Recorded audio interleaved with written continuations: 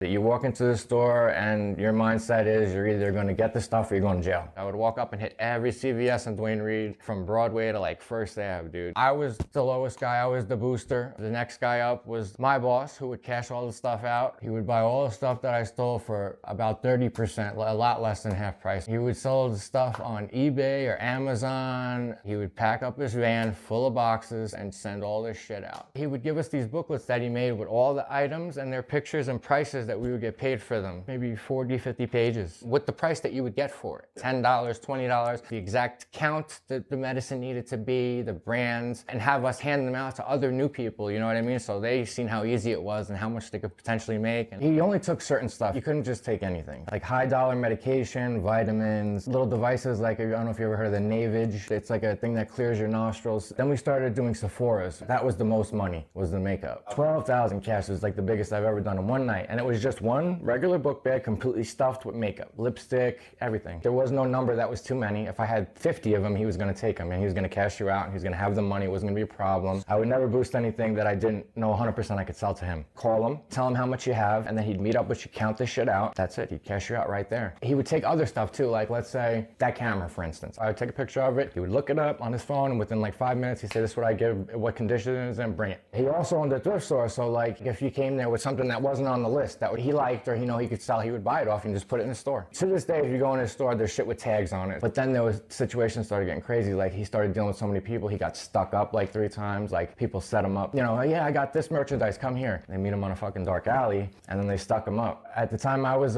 boosting for him, about 25 guys and me were working for him. I would do it all day. Like I would wake up early. First thing in the morning is the best time to hit a store because they're just getting on. It's early in the morning. They're like putting shit away, you know. We'd wake up 6 in the morning, hit the store, right? And then we would spend like 2 hours getting high somewhere. Waste all our money and go back out. Okay guys, everybody's broke, okay. Let's get back on the path. We would go in the same store a lot of times every day. They would know us, they'd chase us down the aisle, jump over the fucking counter to try to stop me and beg me not to, like block me from going in the store. On the phone with the cop, I'm calling the police. On the cell phones, taking video of me the whole time. Then they started like grabbing us and trying to rip the bags off, slicing it with box cutters to like cut the bag open and have the shit fall out everywhere. And one of my friends, they held him down on the ground. And my friend pulled out, he was using needles at the time. He said, let go of me or I'm gonna stick you with this needle. And the guy wouldn't let go. And he got stuck with that needle in the neck. He still wouldn't get off of him though. And he said, are you ready for, I'm gonna keep poking you. And he poked him, and he still wouldn't get off. And he said, all right, now I'm gonna shoot what I got in here into you.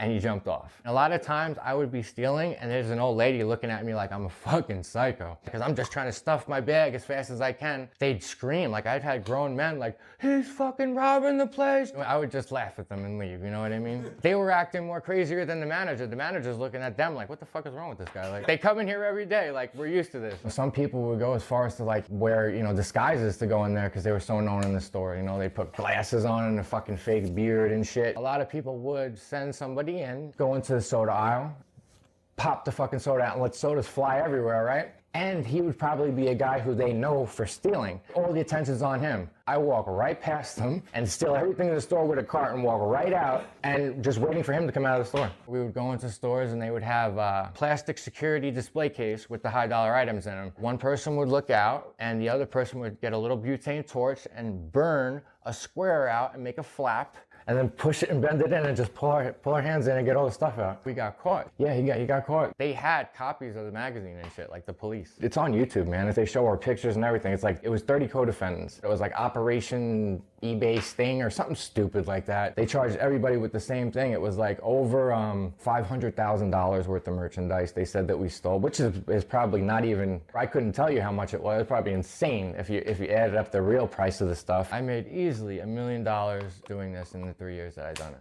It's no exaggeration, it was that much. Anybody who dealt with this man that wasn't uncommon. Yeah. I don't know a single person that was doing it with me and making as much as me that still has anything to show for it. Everybody who I was with blew it the same way I did. Heroin over here, they sell it in like these little wax paper bags and they're $10 bags. One shot was 3 or 4 bags, it's $40 every time I do it, and I was doing it every 2 hours, every hour, That's what pushed me to steal. It wasn't like an urge to steal or anything like that. Yeah. I'm not like a kleptomaniac. I hated it. I hated it every day. Every day I dreaded having to go steal. The last thing I thought about before I went to bed and the first thing I thought about when I woke up was, fuck, I gotta go steal to make money for drugs.